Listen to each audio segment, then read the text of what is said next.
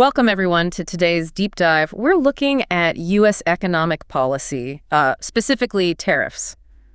It's proving quite fascinating. Absolutely. Some unexpected turns. Before we get into that, just a quick note. If you're interested in global history, check out Hui Wang's A History of China series on Amazon. Really comprehensive stuff, updated through the Northern Song Dynasty, ebook, paperback, it's all there. Great resource. Good recommendation. Okay, so tariffs. The big surprise, this aggressive U.S. strategy. Well, contrary to a lot of the early warnings, it hasn't really sparked inflation. Not yet, anyway. Quite the opposite in some ways. Exactly. It's actually bringing in significant government revenue. So today, our mission is to unpack this. Look at the data, the immediate effects, the potential long-term stuff. What all means for the global economy, right? Precisely. Are these tariffs working? Or is there something else going on beneath the surface? A ticking clock, maybe? Let's find out. Okay, so let's dig into the immediate numbers first, because they are pretty striking.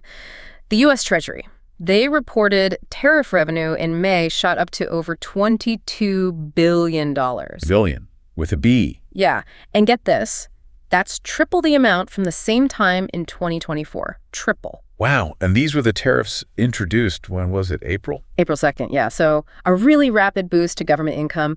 But here's the kicker. The Consumer Price Index, the CPI, for May, it actually slowed down. Slowed, even with tariffs. Yep. Core CPI, that's without food and energy, it only rose 0.1%. The forecast was 0.3%. Seems like lower car prices, clothing prices helped keep it down. So those big inflation fears that everyone was talking about haven't really materialized, at least not in this short window. Well, it's not what many expected. It certainly flies in the face of standard predictions. It does. And you hear that reflected elsewhere, too. Senator Tom Cotton, speaking on CNBC, this was July 7th, he basically called claims that tariffs drive up prices groundless nonsense. Strong words. Very. He said fears of inflation, economic slowdown. Just unfounded based on what we're seeing right now. Okay, but is everyone convinced? Surely there's a counterargument. Oh, absolutely. Yang Hekichis from a U.S. think tank urges caution. Says it's way too soon to declare victory here. Because these things take time. Exactly. He points out that tariff-driven inflation often takes years to really show up. We saw similar patterns with previous trade policies, right? The full impact wasn't felt immediately. Right. So the initial hit seems smaller, maybe milder than anticipated, but the long game is still uncertain. That makes sense. It's a critical point. So, okay, if we're seeing these, let's call them surprising, domestic gains and no immediate inflation hit, what's the ripple effect? Say, on interest rates. Yeah, that's where you see a very clear immediate consequence. Because inflation looks cool, or cooler than expected. Right. Markets are now pricing in pretty strongly 2 Fed rate cuts later this year, one likely in September, another maybe in December. I mean, the odds on that. Right now, sitting around 75% for both cuts happening. It's significant. So the market's reacting directly to this unexpected cool down. Definitely. And if you zoom out strategically, this whole approach, it kind of looks like borrowing from the future, doesn't it? What do you mean? Well, the government gets this near-term financial boost from the tariffs, right? Lots of revenue coming in. But the potential costs, maybe inflation down the line, maybe strained trade relations, those could be pushed on to future administrations or just further down the economic cycle. So, like running up a tab, enjoying the benefits now, paying later. That's a good analogy. It's a strategic play. And you see this reflected in investor sentiment, too. There's caution about the long term, definitely. But short term, pretty bullish because the current numbers look strong. Okay, running up a tab on the global economy. That is quite an image. So if the U.S. isn't feeling the immediate pain, who is? Let's look overseas. China and Japan seem key here. Very much so. China, obviously a major target for these tariffs. Yeah. They're seeing their export prices to the U.S. fall, even with tariffs added. Yeah. The U.S. Department of Labor data shows Chinese import prices actually dropped 2% between December 24 and May 25.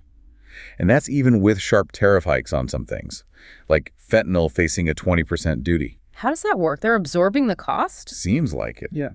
There's this metaphor some analysts use, China as a dried up log, meaning there isn't much water, like excess profit margin, left to squeeze out.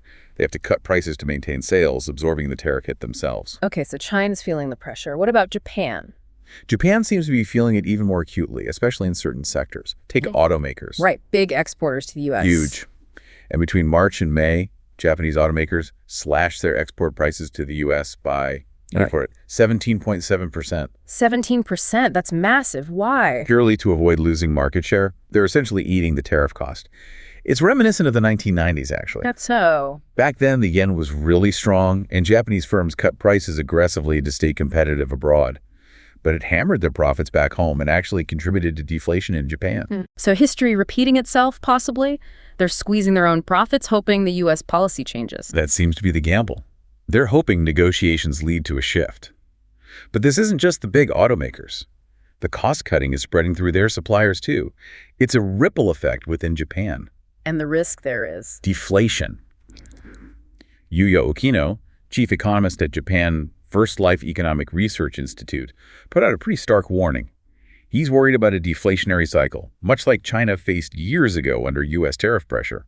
He basically said Japan is being forced into deflation. Forced into deflation? Wow, okay, this links back to an economic idea, doesn't it? Optimal tariff theory. Exactly. That's the theory that suggests a country with enough market power, a big enough buyer, can impose tariffs, and the foreign exporters will be forced to lower their prices to absorb the cost rather than passing it on to the buyer's consumers. Because they can't afford to lose access to that big market. Precisely. The buyer dictates terms, essentially.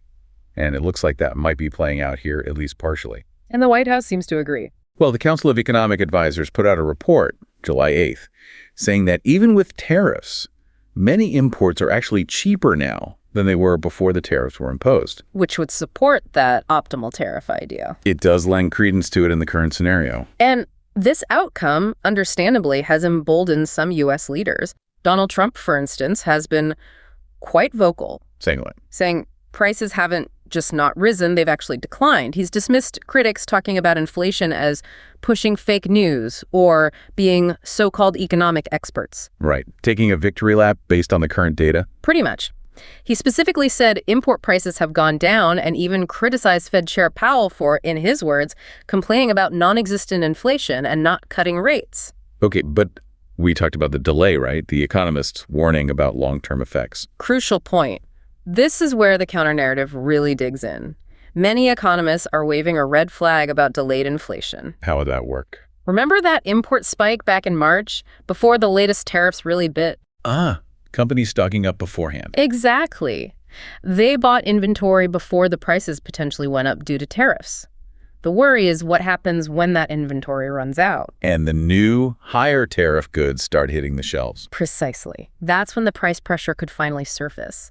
And we know from past experience, these tariff effects, they can take a while, sometimes 3-4 years to fully play out. Which is dangerous politically, isn't it? How so? Because this slow burn process can give leaders, and maybe the public, a false sense that the policy is working perfectly fine, that the critics were wrong. Right. It could embolden them to double down, maybe even expand tariffs.